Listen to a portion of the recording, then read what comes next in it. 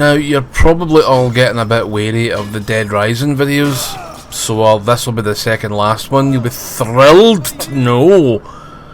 And this is Dead Rising 3. Let's talk about Dead Rising 3. Yeah, wallopers. Now, this is a Dead Rising you'll probably never see in anything else other than Xbox and PC, because I'm pretty sure Microsoft stumped up some of the cash the way that Sony did for the Street Fighter 5. So you'll never see that in any other system, but let's face it, Street Fighter 5 gives a fuck shite. And funnily enough, there's some Street Fighter themed DLC for Dead Rising 3. No, I don't own it, so I won't be reviewing the DLC. Just to be fucking clear, you understand? Just to be clear, there'll be no DLC for this getting reviewed, or 4, because, well, 4's DLC's absolute dog shit, but that's, yeah. Now, the first thing you're going to notice with Dead Rising 3 is it's fucking realistic looking compared to the cartoony games of yore. It's grimdark as fuck, and I remember when this got first shown, people were all concerned that, oh, is Dead Rising going down a more gritty avenue like The Last of Us? And they're like, no, here's a guy in a shark costume killing cunts. You're like, aye, okay, fair enough. Although, I wouldn't mind a grittier reboot of Dead Rising at this point, because, well, it got to Saints Row territory with the second game, I felt. And it just keeps sliding and slides even further, and you'll see what I mean. As fun as I think the games are, they do tend to lose their identity towards this one and the last one, which is a fucking damn shame. Actually, it's more Dead Rising 4. Let's see. This one's actually really good. This is my favourite of the series. I love Dead Rising 3, and I'll always stand by it being one of the best open world zombie games you can get. Not just because I'm a massive zombie fanatic, as you've probably figured out by now. But yeah, it's a great game, and I highly recommend it, so I'll get into the reasons as to why.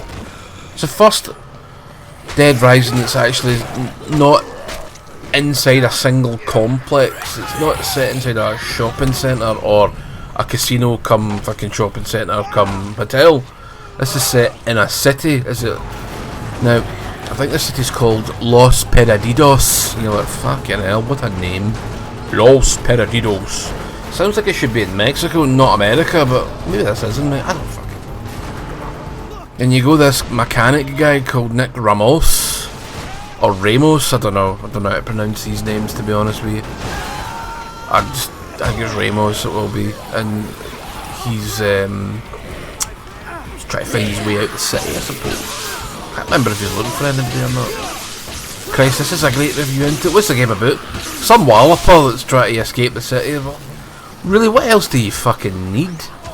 One of the best changes this game had was the fact that you now no longer need to run back to a construction table bench to make your combo weapons. Thank fuck, man. That's just, yes, thank you. What a pain in the arse that was. Especially when you've got timed missions and you need to run. Where's the nearest one? Oh, but it's more realistic. It's a zombie game. There is no real realism as such. Do you know what I mean? But I know what you mean. It did add something to it. It just padded out the length of the game, you know, artificially. Oh, where's the nearest fucking construction bench? You know, you've got like a fucking pack of duct tape nails and a fucking baseball bat, and he's like put through 1,000,000 nails into this fucking baseball bat in about 3 seconds. It's like your realism kind of gets thrown out the window there, doesn't it? Or if you can make a cocktail that'll make you run faster, and that is just ridiculous looking. You're like fucking Sonic the Hedgehog, or you're like Chuck Green on speed. Now, you don't need to have played any of the previous games to get the best out of this one. There are characters in this game from previous iterations, but it's not necessary to play them because they're not really in it much and it's towards the end. So that's cool. It's got a whole new bevy of fucking characters. And yeah, that's go nuts, you're in a city this time. But what I'd love to see in Dead Rising going forward from number 4 is reboot the fucker. Get rid of Frank West because he's a walloper. He's just a walloper. I just don't think he's a likeable character. I don't really like Chuck Green either because he looks like his face needs a shite. And Frank West just looks like a cocky motherfucker, you know what I mean? He's like, I'm the super bestest motherfucker known to man. You're like, get the fuck. You're a sleazeball reporter. Piss off. You probably made fucking numerous amounts of fucking spelling mistakes, and you probably embellished and lied, you prick, and you'll have other things to do in the open world other than just kill zombies and make weapons.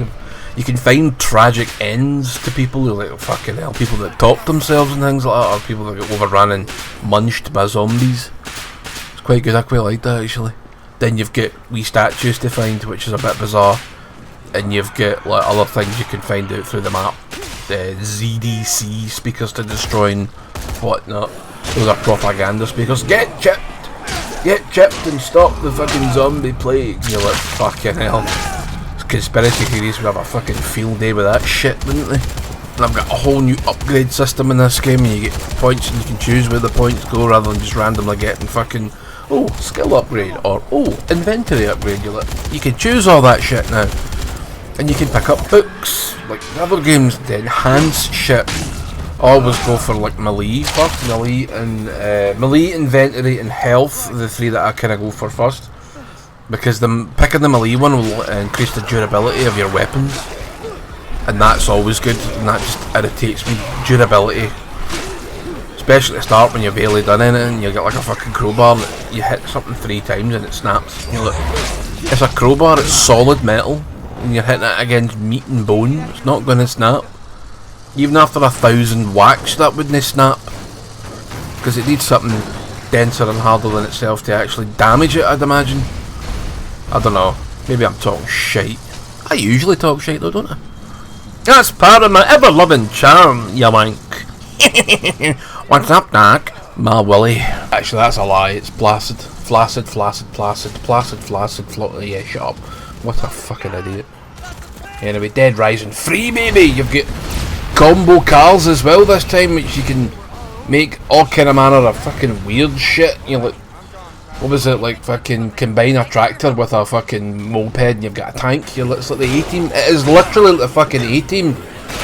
They should have marketed it like the A-Team. This is the undead A-Team game. Mate, people would have fucking clamoured for that. Had 4 main characters, all wallopers.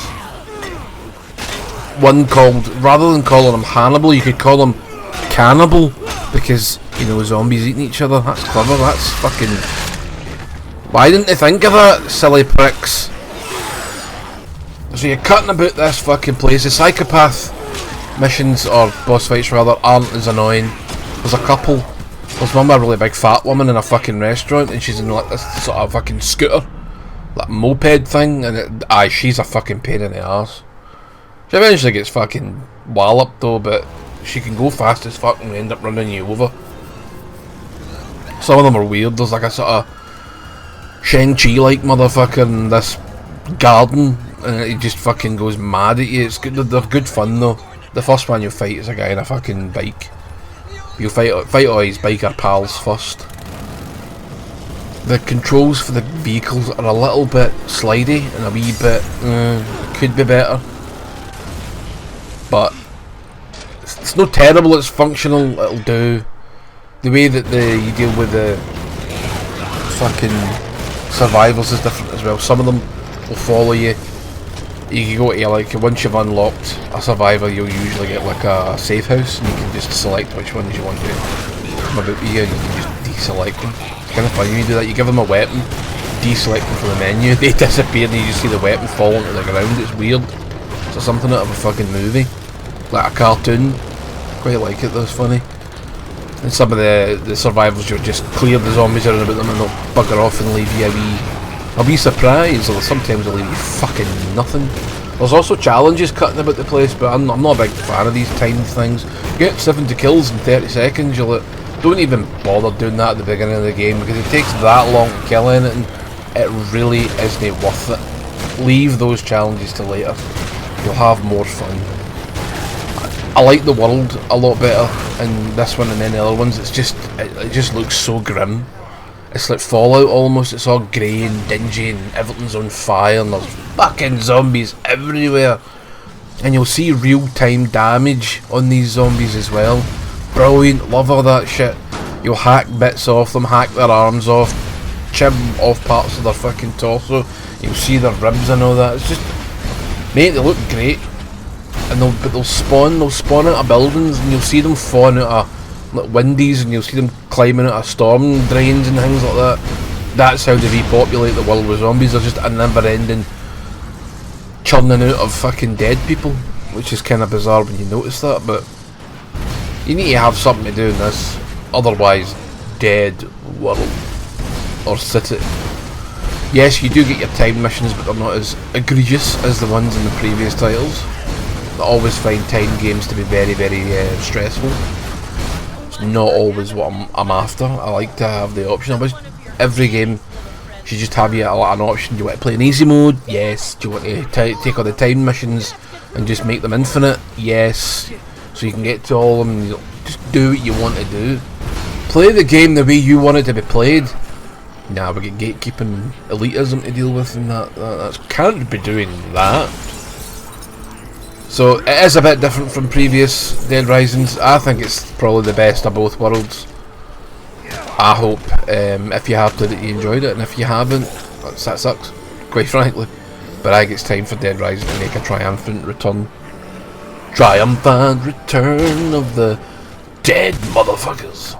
Don't know who I would get to make it. I know it's a Capcom property, but maybe they're not necessarily the best people to make these things. They'd probably end up doing a fucking Resident Evil 7 and just making it a boring trudge.